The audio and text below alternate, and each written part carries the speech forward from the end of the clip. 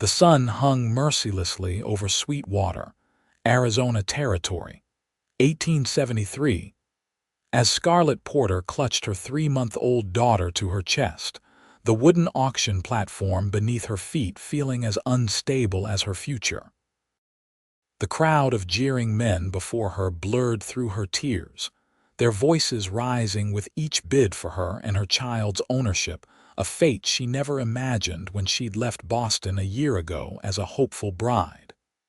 $50 for the woman and the brat, shouted a red-faced man from the crowd, spitting tobacco juice onto the dusty ground. Scarlett trembled, her legs threatening to give way beneath her threadbare dress.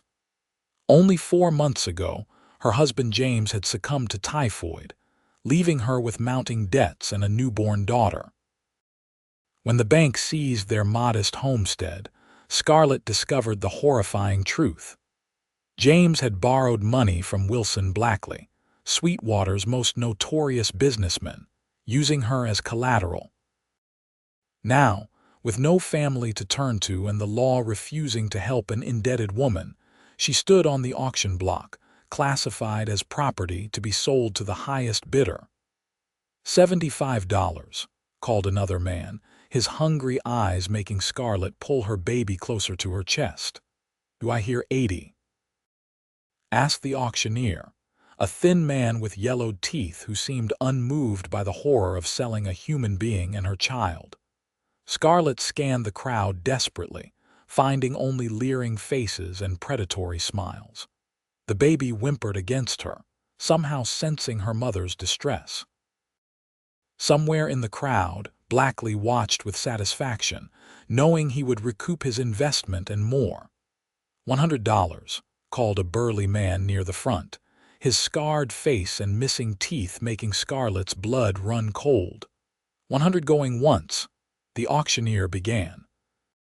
A commotion at the back of the crowd interrupted him. The crowd parted reluctantly as the rhythmic sound of spurs announced a newcomer. Murmurs rippled through the gathering as a tall figure emerged, moving purposefully toward the auction platform. Scarlett's eyes widened as she took in the stranger.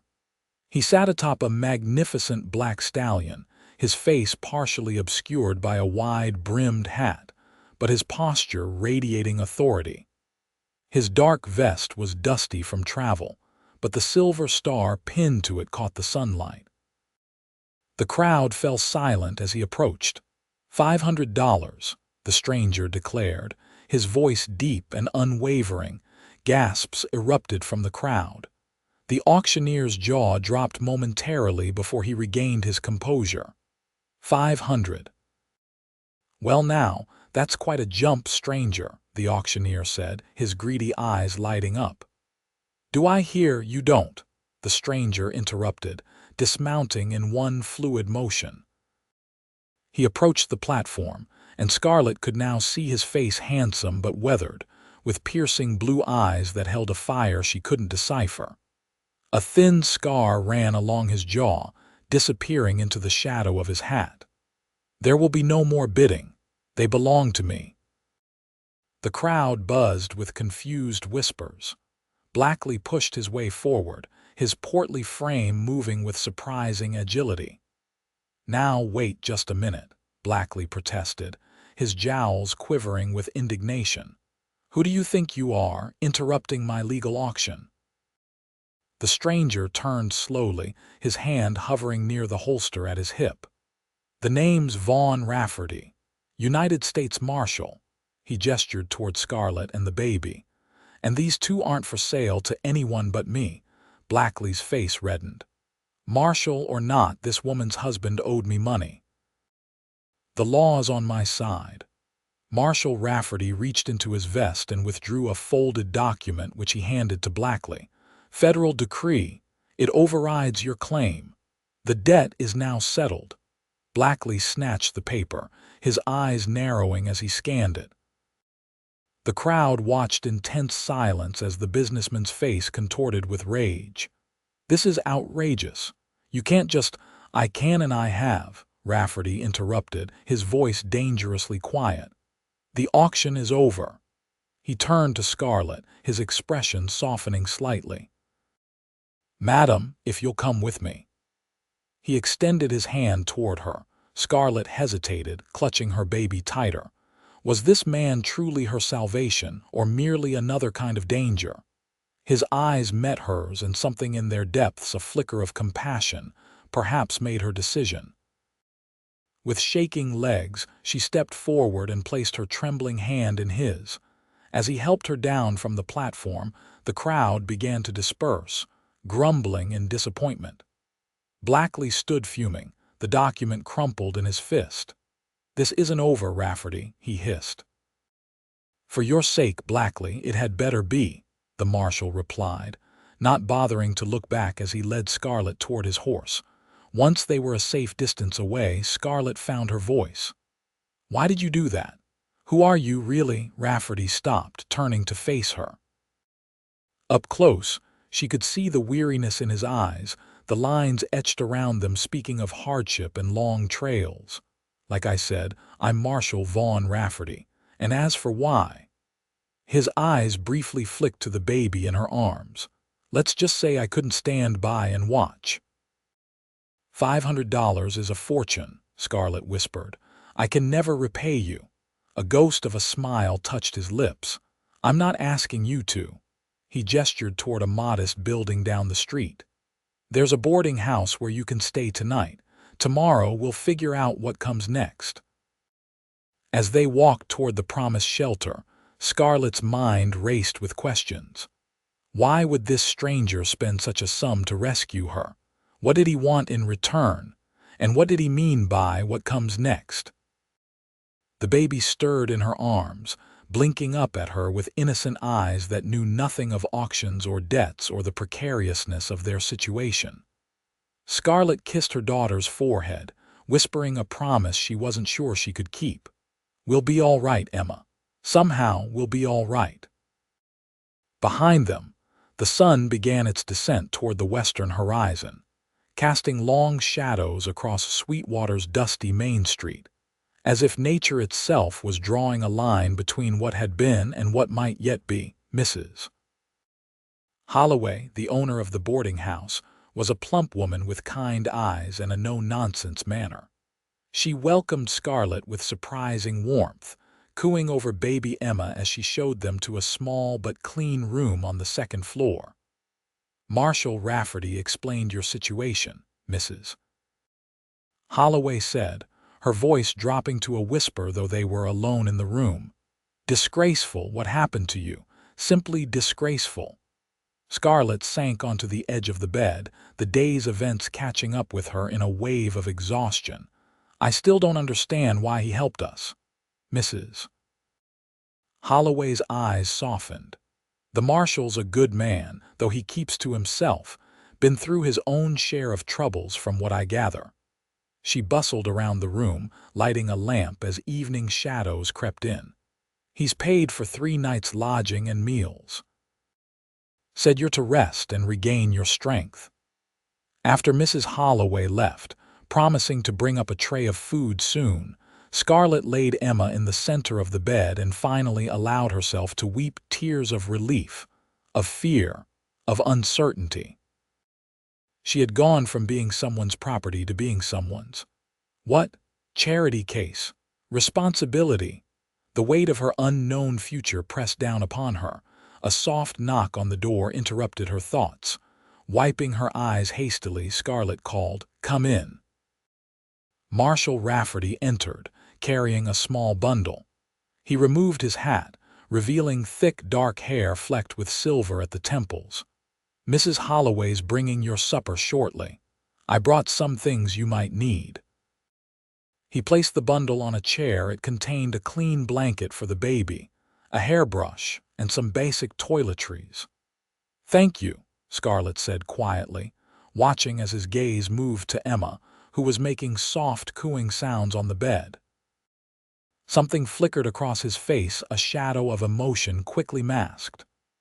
"I need to ask you some questions, Mrs. Porter, if you're up to it," he said, remaining standing near the door as if reluctant to intrude further into her space. "Please, call me Scarlett," she said. And yes, though I'm not sure what I can tell you that would be of any use. Rafferty nodded. Scarlett, then, I need to know more about your husband's dealings with Blackley. It may help me build a case against him. What he did attempting to auction you off, that's not legal, despite what he claims. Scarlett's bitter laugh surprised even her. Legal or not, he nearly succeeded if you hadn't come along. She shuddered. But I did, Rafferty said simply. Now tell me what you know. For the next hour, Scarlett recounted her story, how she'd come west as a bride at 22, full of dreams about building a life with James Porter, a man she'd known only through letters before agreeing to marry him. How they'd struggled to make the small ranch profitable. How James had fallen ill suddenly, declining rapidly before she could even comprehend what was happening. How, after his death, she discovered the mountain of debts and Blackley's claim against her. James never told me, she said, her voice hollow. I found papers after he died, showing he'd borrowed the money 6 months earlier. He'd used me as collateral. The humiliation of it burned anew. I can't believe he would do such a thing. Rafferty's expression darkened. Men like Blackley prey on the desperate. Your husband may not have fully understood what he was agreeing to. Or perhaps he did, Scarlett said, her voice hardening slightly. Perhaps he thought saving his ranch was worth risking his wife. A cry from Emma broke the tension. Scarlett lifted the baby, rocking her gently. It doesn't matter now. James is gone, and I need to focus on keeping Emma safe. Rafferty watched them for a moment, something unreadable in his eyes. You're right about that, and for now you're both safe here. I'll see to it. What happens after 3 days? Scarlett asked, voicing the question that had been nagging at her. We'll figure that out when the time comes, he replied. For now, rest. We can talk more tomorrow. After he left, Mrs. Holloway arrived with a tray of stew, fresh bread, and a cup of tea. The food was simple but delicious, and Scarlett realized she hadn't eaten all day. As she ate, she contemplated her strange savior. Marshal Vaughn Rafferty was a mystery, taciturn yet somehow reassuring, intimidating yet gentle when speaking to her. What was his real interest in her case? And what would become of her and Emma when his charity ran out? That night, lying in the unfamiliar bed with Emma nestled against her, Scarlett stared at the ceiling, listening to the distant sounds of the town piano music from the saloon, occasional laughter, the whistle of a late train. She was free, at least for now. But freedom, she was learning, came with its own kind of uncertainty. Morning brought a clear sky and renewed anxiety. After feeding Emma and making use of the basin of water Mrs. Holloway had brought up, Scarlett dressed in her only other garment, a faded blue dress that had once been quite pretty, but now showed signs of desperate mending. Her hair, once her pride with its rich auburn color, she plaited simply and pinned up. Mrs. Holloway appeared with breakfast eggs, bacon, and coffee that smelled like heaven after months of making do with chicory. Marshal Rafferty asked me to tell you he'll be back around noon, she said, eyeing Scarlett's dress. I may have some things that could fit you if you'd like. Not new, mind you, but decent. Tears sprang to Scarlett's eyes at the kindness. I would be most grateful, Mrs. Holloway. By noon, Scarlett was wearing a borrowed dress of serviceable brown cotton, slightly loose but clean and whole. She had just finished feeding Emma when a knock announced the marshal's arrival. He looked different in daylight, still imposing but somehow more approachable. He'd shaved, and his shirt was fresh, though the silver star on his vest and the gun at his hip reminded her of his authority. You look better today, he said, the observation lacking any particular inflection. I feel better, Scarlett replied. Mrs. Holloway has been very kind. She's good people, Rafferty agreed. I've come to take you to lunch at the hotel dining room if you're amenable. We have matters to discuss. The hotel dining room was the finest establishment in Sweetwater, and Scarlett felt conspicuous entering it with a baby in her arms and the marshal at her side. Curious glances followed them to a corner table where Rafferty pulled out her chair before taking his own seat. After ordering, Rafferty got straight to business. "I've been investigating Blackley for months. He's been running this same scheme with several homesteaders lending money with predatory terms, then foreclosing and seizing everything, including in some cases family members as indentured servants. What he tried with you is just the latest and most brazen example." Scarlett listened in horror as he outlined what he'd discovered. Why hasn't he been stopped before now? He has friends in high places, and most of his victims are too scared or too ashamed to come forward, Rafferty explained. "But I've been building a case, gathering testimonies. Your situation could be the final piece needed to bring him down." "My situation," Scarlett repeated warily. "I need you to testify against him," Rafferty said, leaning forward. "Tell a judge what he did, what your husband agreed to. It won't be easy. Blackley will fight back and his lawyers will try to discredit you, but if you're willing—" "And if I'm not?" Scarlett asked quietly. Emma stirred in her arms, blinking sleepily. Rafferty sat back, studying her. "That's your choice. I won't force you. But without your testimony, Blackley will likely continue his operations. More families will suffer." Their food arrived: roast beef with potatoes for Rafferty, chicken and vegetables for Scarlett. They ate in silence for a few minutes, Scarlett balancing Emma while managing to eat one-handed with surprising dexterity born of necessity. "Let me hold her while you eat," Rafferty offered suddenly. Scarlett hesitated, then carefully handed Emma over. To her surprise, the marshal took the baby with practiced ease, cradling her comfortably in one arm. Emma looked up at him with wide eyes but didn't fuss. "You've held babies before," Scarlett observed, taking advantage of both hands to cut her chicken. A shadow passed over Rafferty's face. "Once upon a time," he said simply, and something in his tone discouraged further questions. They finished their meal and Rafferty returned Emma to Scarlett's arms. "I need to ride to Douglas today," he said. "I'll be back tomorrow. Think about what I've asked." "I will," Scarlett promised. "And thank you for lunch, for everything." A ghost of a smile touched his lips.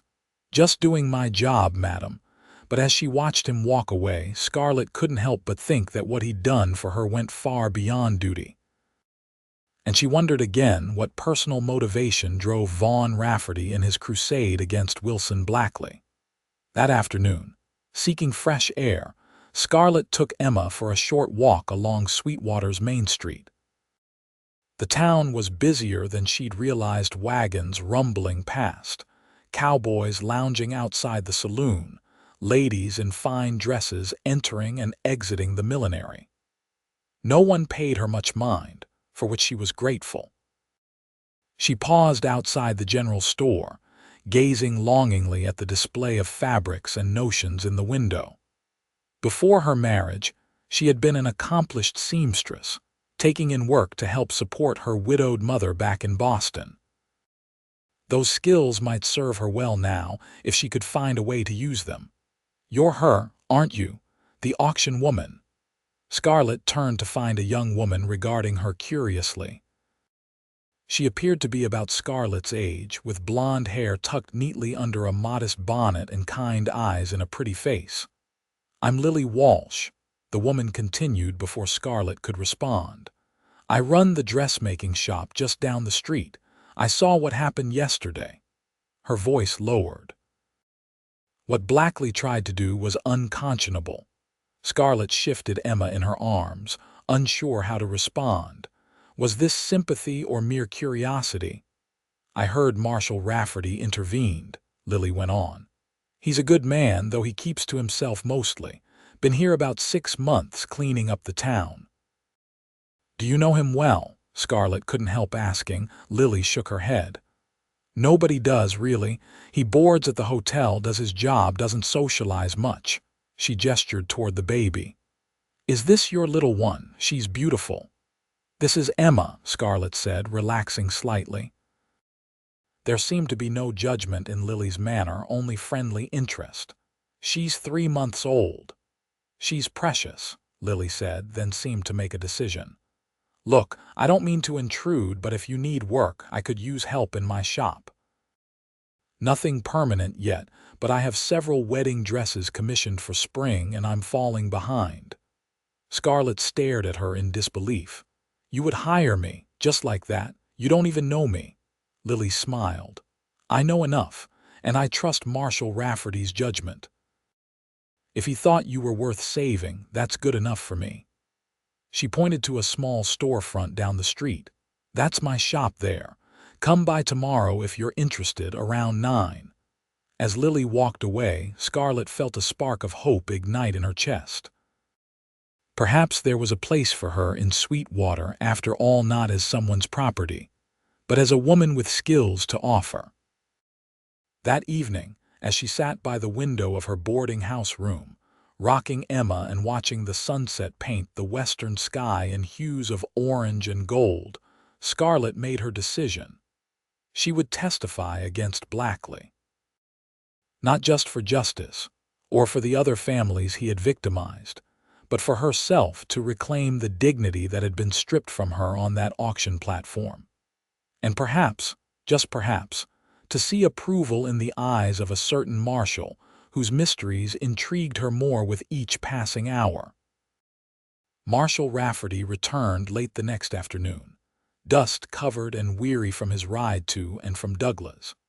He found Scarlett in the parlor of the boarding house, sewing by the window while Emma slept in a makeshift cradle Mrs. Holloway had produced from the attic. You've been busy, he observed, noting the fabric in her hands, what appeared to be a child's dress she was altering. Mrs. Walsh from the dressmaking shop hired me, Scarlett explained, her fingers never ceasing their deft movements. Part-time for now, but it's a start. Mrs. Holloway watches Emma while I work. Rafferty nodded approvingly. That's good. Lily Walsh is decent folk. He removed his hat, running a hand through his hair. May I sit? At Scarlett's nod, he took the chair opposite her. For a moment, he simply watched her work, seemingly fascinated by the sure movements of her needle. I've been thinking about your proposal, Scarlett said finally, looking up to meet his gaze. I'll testify against Blackley. Relief flickered in his eyes. Thank you. It won't be easy, but it's the right thing to do. When will it happen? The circuit judge arrives in 2 weeks. Until then, you should stay low, avoid Blackley and his men. He leaned forward. I've arranged something that might help with that. There's a small house on the edge of town belonged to the former deputy who moved to California last month. It's nothing fancy, but it's private and secure. I've rented it for you and Emma. Scarlett put down her sewing. Marshal Rafferty, your generosity is overwhelming, but I can't accept Vaughn, he interrupted. If we're going to be working together on this, you might as well use my given name. Vaughn, she repeated softly, testing the sound of it.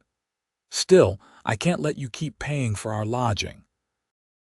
I need to stand on my own feet. Consider it an advance from the Justice Department, he said. When Blackley is convicted, there will be restitution for his victims. Until then, this is official business protecting a witness. Scarlett sensed there was more to it than that, but she didn't press. Very well. When can we see this house? Now, if you're ready. It's not far, we can walk. The small house turned out to be a modest but charming 2-room cabin with a front porch, situated at the end of a quiet lane. Inside was simple furniture, a bed, a table with chairs, a rocking chair by the fireplace, and a cradle that looked recently crafted. The cradle is new, Vaughn explained, following her gaze. I had the carpenter make it yesterday.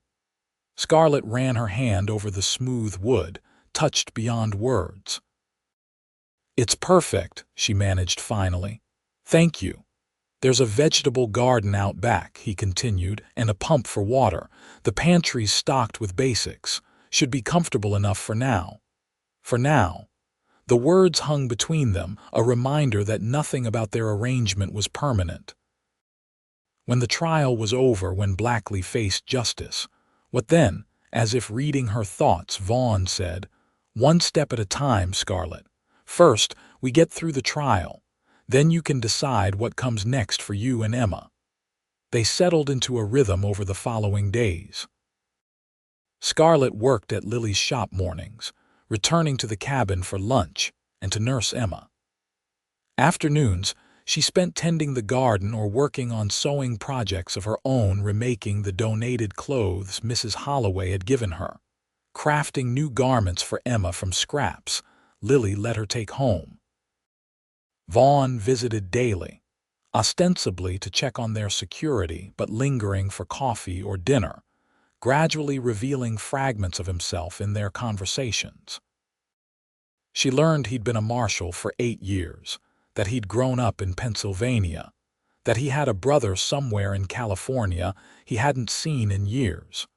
What he didn't speak of was his past before becoming a lawman, or why he seemed so personally invested in bringing down Wilson Blackley. Whenever the conversation veered in that direction, he would deftly change the subject.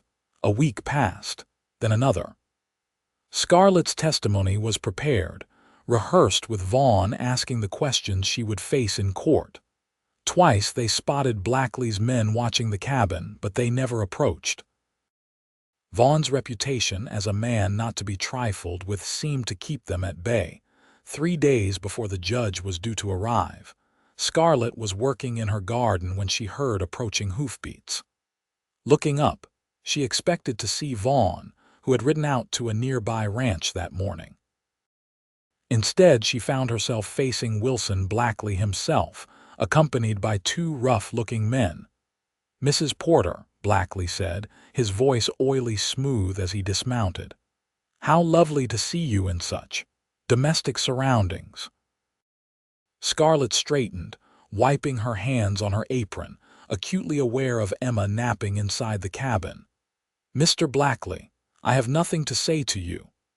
"Oh, but I think you do," Blackley replied, taking a step toward her. His companions remained mounted, watching the surroundings. "I understand you plan to testify against me when Judge Hayes arrives. That would be most unwise." Fear clawed at Scarlett's throat, but she kept her expression neutral. "Are you threatening me, Mr. Blackley?" "Threatening? My dear, I'm offering you a lifeline." His smile didn't reach his eyes. $500, the exact amount our Marshal friend paid for you. Take it, leave town with your brat, and forget this foolishness about testifying. And if I refuse, Blackley's smile vanished, then I cannot guarantee your safety or that of your child. Accidents happen, Mrs. Porter. Terrible accidents. Before Scarlett could respond, the sound of another horse approaching made them all turn. Vaughn Rafferty rode into view, his expression darkening as he took in the scene. He dismounted in one fluid motion, his hand resting casually near his holster. "Blackley," he said, his voice deceptively calm. "You're trespassing." "Marshal," Blackley replied with mock cordiality. "I was just having a friendly chat with Mrs. Porter here." "Didn't sound friendly to me," Vaughn said, moving to stand beside Scarlett. "Sounded like witness intimidation, which is a federal offense." The 2 men stared at each other, the tension crackling between them like lightning before a storm. Finally, Blackley shrugged, affecting nonchalance. "Just a misunderstanding. We'll be on our way." He mounted his horse, then looked down at Scarlett. "Think about my offer, Mrs. Porter. It won't remain open indefinitely." They watched in silence as Blackley and his men rode away. Only when they were out of sight did Scarlett's composure crumble. She began to shake, the delayed reaction to fear coursing through her. "Are you all right?" Vaughn asked, his hand gentle on her arm. "He threatened Emma," Scarlett whispered, tears springing to her eyes. I'm not afraid for myself, but my baby. I won't let anything happen to either of you, Vaughn promised, his voice fierce. But Blackley's getting desperate. He knows the case against him is strong. A cry from inside the cabin alerted them to Emma's awakening. Scarlett moved to go to her, but Vaughn caught her hand. "Pack your things," he said. "You can't stay here tonight. It's not safe." "Where will we go?" "My place," Vaughn replied. "No one will look for you there." "Your place," Scarlett repeated, surprised. "But you board at the hotel." A ghost of a smile crossed his face. "That's what everyone thinks." "I keep a room there, but I have a cabin outside town. Very few people know about it. You'll be safe there until the judge arrives." 2 hours later, with Emma and a hastily packed bag of essentials, Scarlett rode double with Vaughn, her arms around his waist as they followed a little used trail into the foothills east of town. The sun was setting by the time they reached a clearing where a sturdy log cabin stood, partially concealed by pine trees. "Home," Vaughn said simply, helping her dismount before taking Emma while Scarlett stretched her cramped legs. Inside, the cabin was unexpectedly comfortable, a large main room with a stone fireplace, a solid table and chairs, a bookshelf filled with volumes that hinted at a cultivated mind. A door led to what she presumed was a bedroom. Everything was neat, orderly, masculine. "It's lovely," Scarlett said honestly. "I'm surprised you spend any time at the hotel when you have this." "It's safer for a marshal to be visible in town," Vaughn replied, building a fire to ward off the evening chill. "And sometimes I need solitude." As he worked, Scarlett noticed a small framed photograph on the mantel, a woman holding a baby, their faces indistinct in the fading light. Before she could look closer, Vaughn straightened, blocking her view. "You'll take the bedroom," he said. "I'll sleep out here." Later, after a simple dinner, with Emma fed and asleep in a drawer padded with blankets to serve as a makeshift crib, Scarlett found herself sitting before the fire with Vaughn, a companionable silence between them. "Who are they?" she asked finally, nodding toward the photograph she'd noticed earlier. "The woman and child in the picture." Vaughn was quiet so long she thought he might not answer. When he did, his voice was low, stripped of its usual confidence. "My wife, Rebecca, and our son, William." Scarlett waited, sensing there was more. The fire crackled in the silence. "They died," Vaughn continued finally. "5 years ago, diphtheria took them both within a week of each other." "I'm so sorry," Scarlett whispered, understanding now why he had looked at Emma with such mingled tenderness and pain. "William was just 6 months old," Vaughn said, his eyes fixed on the flames. "We were living in Denver then. I was a lawyer, not a marshal, worked for the railroad." His mouth twisted bitterly. "Spent too many hours at the office, not enough at home. Always thought there would be more time." Scarlett reached out impulsively, covering his hand with hers. "You couldn't have known. After they died, I couldn't bear to continue that life. I joined the marshal's service, thinking maybe I could find some purpose in enforcing the law." He looked at her then, his eyes reflecting the firelight. "When I heard about what Blackley was doing, using people as collateral, treating them as property, something in me snapped. I requested assignment to this territory specifically to build a case against him." "Is that why you helped me?" Scarlett asked softly. "Because of your case against Blackley?" Vaughn turned his hand beneath hers, their fingers intertwining with a naturalness that should have startled her but somehow didn't. "That's what I told myself at first," he admitted. "But when I saw you on that platform, holding your baby so fiercely—" He paused, swallowing hard. "I think I would have paid any price to get you down from there, case or no case." The honesty in his voice, the vulnerability he was showing her, had unlocked something in Scarlett's heart, a door she had thought permanently sealed after James's betrayal. Without analyzing her actions, she leaned forward and pressed her lips to his, a gentle, questioning kiss. For a moment, Vaughn responded, his free hand coming up to cradle her cheek. Then he pulled back, his expression torn. "Scarlett, I'm sorry," she said quickly, mortified by her boldness. "I shouldn't have presumed." "No," he interrupted, still holding her hand. "It's not that I don't want to. God knows I do, but your life has been upended enough. The last thing you need is complications with the man who's supposed to be protecting you." Scarlett met his gaze steadily. "I think I'm capable of deciding what complications I need or don't need in my life, Vaughn Rafferty." A smile tugged at his lips, a real one this time, warming his eyes. "Fair point." His expression sobered. "But there's the matter of the trial. Until Blackley is dealt with, anything between us would be problematic." "And after?" Scarlett asked, her heart beating faster. "After," Vaughn said, bringing her hand to his lips and pressing a kiss to her knuckles, "I'd very much like to court you properly, Scarlett Porter, if you'll allow it." The days before the judge's arrival passed in a strange, suspended state, danger looming outside their sanctuary while inside. Something new and fragile bloomed between them. They maintained a careful physical distance, but their conversations deepened, revealing more of themselves to each other. Vaughn told her about his childhood in a small Pennsylvania town, his decision to study law, his marriage to Rebecca after a whirlwind courtship. Scarlett shared stories of her life in Boston, her mother's early death, her correspondence with James that had led to their marriage, and her journey west. "I was so naive," she confessed one evening as they sat on the porch, watching the sunset paint the sky. Emma slept peacefully in Scarlett's arms.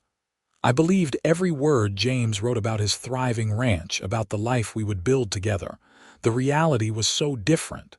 "Did you love him?" Vaughn asked quietly. Scarlett considered the question. "I thought I did. Or at least I loved who I thought he was. The real James was complicated, desperate to succeed, willing to take risks." She sighed.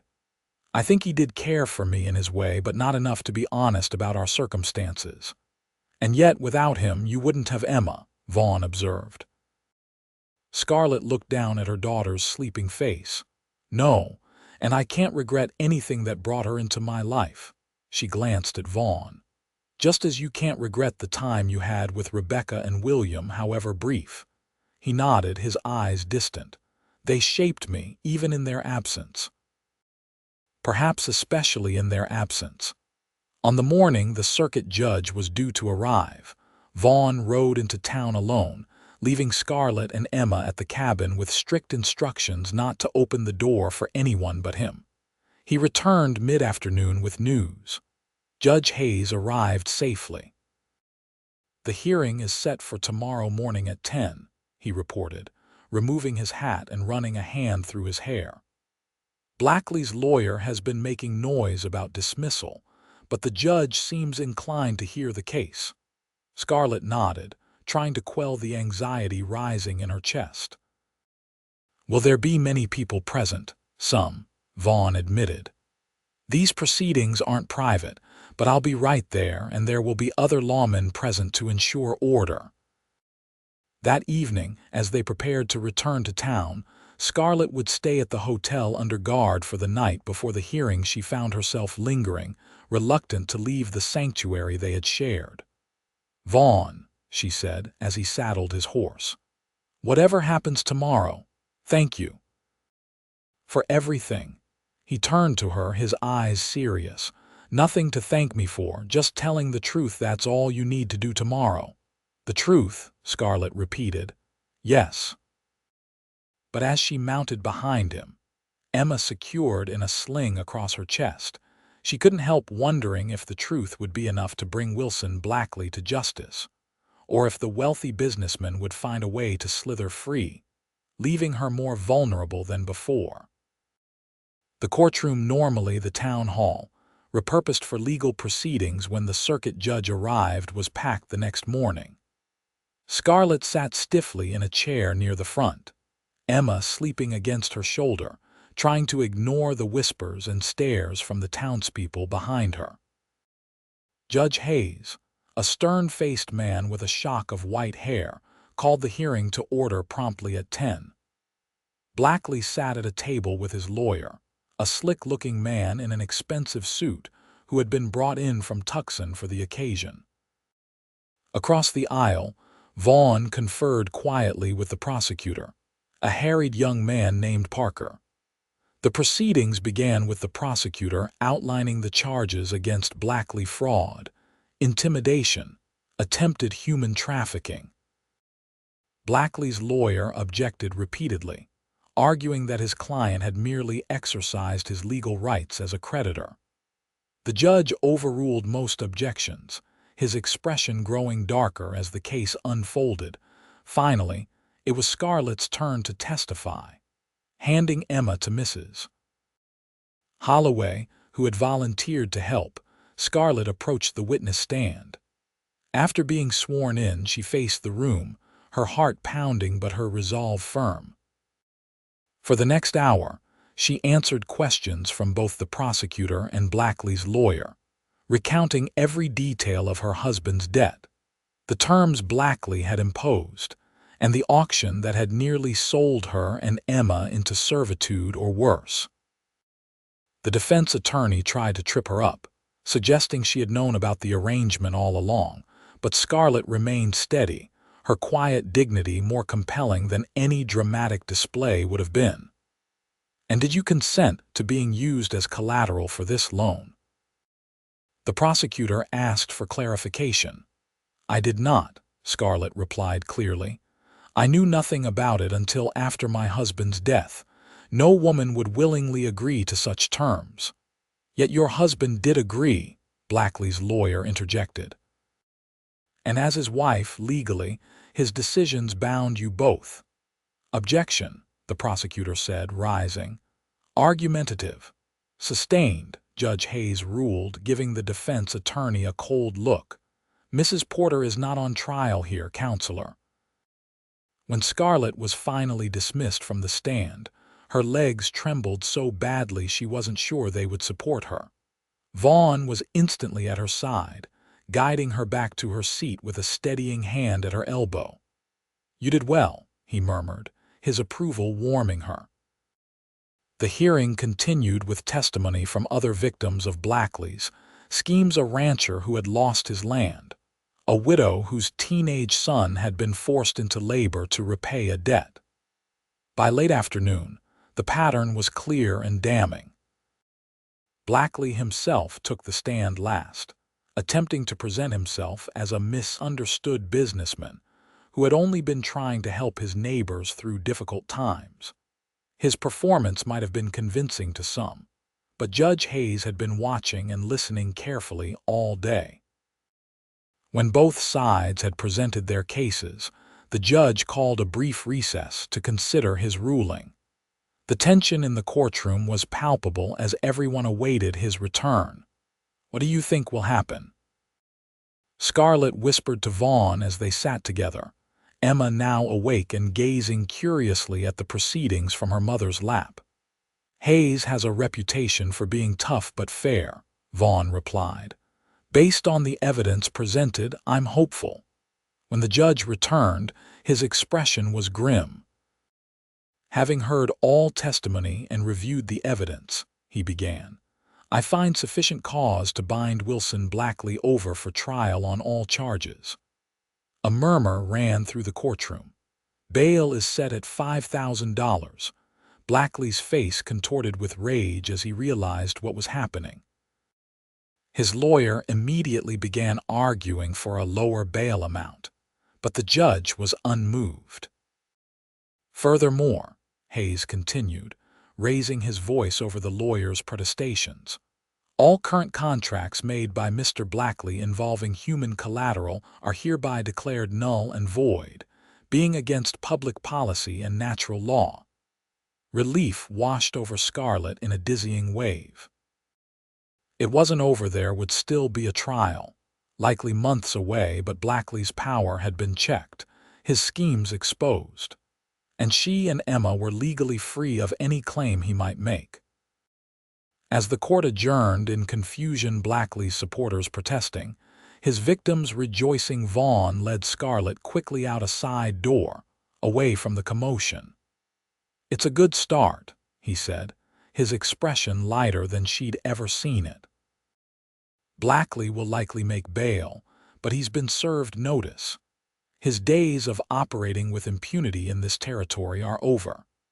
They walked together toward the hotel, the late afternoon sun casting long shadows ahead of them. Emma babbled happily in Scarlett's arms, oblivious to the significance of the day. "What will you do now?" Vaughn asked as they reached the hotel steps. "Will you stay in Sweetwater?" Scarlett looked up at him, her heart full of possibilities that hadn't existed for her just weeks ago. "I think I might," she said softly. "Lily has offered me a permanent position at her shop, and Emma and we've found friends here." She hesitated, then added, "Reasons to stay." Understanding bloomed in Vaughn's eyes. "I believe I mentioned something about courting you properly, once Blackley was dealt with." "You did," Scarlett confirmed, a smile touching her lips. "I believe I was amenable to the idea. Then perhaps you'll join me for dinner tomorrow evening?" Vaughn asked, a hint of uncertainty in his voice that she found endearing. "Mrs. Holloway has offered to watch Emma." "I'd like that very much," Scarlett replied, her smile widening. As they stood there, the future stretching before them like an unwritten page, Scarlett realized that what had begun in the worst moment of her life, standing on that auction platform, had somehow led her to this moment of hope. The road ahead would not be easy. Blackley's trial loomed, and building a new life for herself and Emma would take time and effort. But for the first time since James's death, she felt that she was exactly where she was meant to be. Vaughn Rafferty had ridden into her life declaring that she and Emma belonged to him. The irony was not lost on her that, in the end, it might be he who belonged to them. 3 months later, on a crisp autumn evening, Scarlett stood in Lily's shop, admiring her reflection in the full-length mirror. The dress she wore was her own creation, ivory silk with lace at the collar and cuffs, simple yet elegant. Her hair was arranged in soft waves, adorned with small white flowers. "You look beautiful," Lily said, making a final adjustment to the hem. "Vaughn won't know what hit him." Scarlett smiled, her cheeks warming. "I still can't quite believe this is happening." "Believe it," Lily replied, straightening. "You deserve this happiness, Scarlett. Both of you do." Outside, the church bells began to ring, signaling it was nearly time. Lily helped Scarlett with her cloak, then picked up 9-month-old Emma, who was resplendent in a dress that matched her mother's. "Ready?" Lily asked. Scarlett took a deep breath, then nodded. "Ready." They walked the short distance to the church, where most of Sweetwater had gathered for the occasion. As Scarlett entered, the assembled townspeople rose, turning to watch her progress down the aisle. At the altar stood Vaughn, handsome in a black suit, his eyes never leaving her face as she approached. Judge Hayes, who had returned to Sweetwater for the occasion, performed the ceremony. Wilson Blackley was serving a 20-year sentence in the territorial prison, his empire dismantled, his victims compensated as much as possible. Justice had been served, not perfectly, perhaps, but adequately. "Do you, Vaughn Rafferty, take this woman to be your lawfully wedded wife?"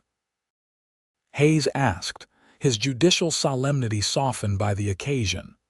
"I do," Vaughn replied, his voice steady and sure. "And do you, Scarlett Porter, take this man to be your lawfully wedded husband?" "I do," Scarlett said, her heart full to bursting. As they exchanged rings, simple gold bands that represented not ownership, but partnership, Scarlett thought of how far they had both come. Vaughn had begun to heal from the loss of his first family, opening his heart to her and Emma with a tenderness that still amazed her. And she had found strength she never knew she possessed, building a new life from the ashes of the old. "By the authority vested in me, I now pronounce you husband and wife," Judge Hayes declared. "You may kiss the bride." Vaughn drew her close, his kiss a promise of all that was to come. The church erupted in applause, and Emma, watching from Lily's arms, let out a delighted squeal that made everyone laugh.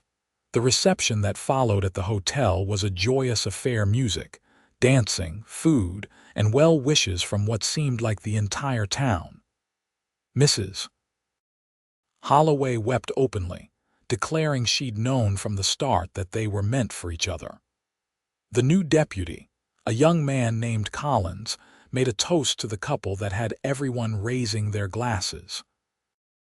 As evening fell, they slipped away to Vaughn's cabin, their home now, expanded over the summer to include a proper bedroom for Emma and a small sewing room for Scarlett's growing business.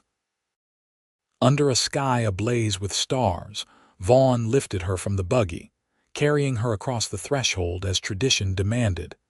Inside, with Emma asleep in her room and the night stretching before them, Scarlett and Vaughn stood in each other's arms, savoring the moment. "Are you happy, Mrs. Rafferty?" Vaughn asked, his fingers gently tracing the curve of her cheek. "Completely," Scarlett replied, turning her face to kiss his palm. "Are you?" "More than I ever thought possible again," he said, his voice husky with emotion. "You and Emma, you've given me a second chance at life, at love. I'll spend the rest of my days making sure you never regret it." Later, as they lay together in the quiet darkness, Scarlett's head pillowed on his chest, she thought about the strange twists of fate that had brought them together. From the depths of despair on that auction platform to the heights of joy in this moment, it was a journey she could never have imagined. "What are you thinking?" Vaughn asked, his fingers tracing lazy patterns on her bare shoulder. "That sometimes the worst moments of our lives can lead us to the best," she replied, lifting her head to look at him. "If James hadn't made that terrible bargain with Blackley, if you hadn't been investigating him, if you hadn't been there that day, we might never have found each other." "I like to think we would have," Vaughn said, tucking a strand of hair behind her ear. "Some things are meant to be, Scarlett, like us?" she asked, smiling. "Exactly like us," he confirmed, drawing her close for another kiss. Outside, the wind whispered through the pines, and somewhere in the distance, a coyote called to the moon. But within the walls of their home, Scarlett and Vaughn Rafferty had created a sanctuary of love that would withstand whatever challenges the future might bring. 2 years later, on a warm spring morning, Scarlett sat on the porch of their home, watching Emma, now 3 years old, chase butterflies in the garden. Beside her in a cradle, their son Thomas, just 6 months old, slept peacefully, his tiny fist curled around her finger. The sound of hoofbeats announced Vaughn's return from town. Emma abandoned her butterflies, racing toward him with a squeal of delight. "Papa! Papa!" Vaughn dismounted, scooping her up and swinging her around before settling her on his shoulders for the walk to the house. Scarlett's heart swelled at the sight of them, Emma's dark curls so like her own, her bright smile pure joy as she perched atop her stepfather's broad shoulders. "How are my favorite people today?" Vaughn asked as he reached the porch, lowering Emma to the ground so she could return to her play. "We're well," Scarlett replied, accepting his kiss. "Thomas has been sleeping soundly, and Emma helped me plant the new rose bushes." Vaughn settled beside her, peering into the cradle at their sleeping son. "He grows more every day," he observed, his voice tinged with wonder. "He does," Scarlett agreed, watching her husband's face as he gazed at their child. The love there never failed to move her. "Any news from town?" Letters came, Vaughn said, reaching into his vest pocket and producing several envelopes, including one from my brother in California. It seems he's finally coming for that visit he's been promising. Wonderful. When? Next month, if all goes well. He's eager to meet you and the children. Vaughn handed her the remaining letters, and there's one from the governor's office. Scarlett raised an eyebrow, opening the official-looking envelope. As she read, her eyes widened. Vaughn, they've offered you the position of territorial marshal, he nodded, a mix of pride and uncertainty in his expression. It would mean more responsibility, more travel at times. I told them I'd need to discuss it with my wife before giving an answer. Scarlett considered this. The promotion was well-deserved. In the years since Blackley's conviction, Vaughn had built a reputation as one of the territory's most effective and fair-minded lawmen. But it would mean changes for their family. I think you should accept, she said finally. You've worked hard for this recognition. We'll manage the times you're away, she smiled. Besides, you always come back to us. Always, he agreed, taking her free hand. You and the children are my compass, Scarlett. No matter where duty takes me, you guide me home. They sat in companionable silence for a time, watching Emma playing in the garden, listening to Thomas's soft breathing. Their life together wasn't perfect. There were challenges, disagreements, the everyday frictions that come with blending lives and building a family. But the foundation was strong, built on mutual respect, shared values, and a love that had been tested and proven true. As the afternoon sun bathed their homestead in golden light, Scarlett reflected on the journey that had brought her here. From the desperate young widow on an auction block to this, a woman with purpose, with family, with love. She thought of James sometimes, hoping that wherever he was, he could see that his daughter was thriving, loved by the man who had claimed them both not as possessions but as treasures to be cherished. "What are you thinking about so seriously?"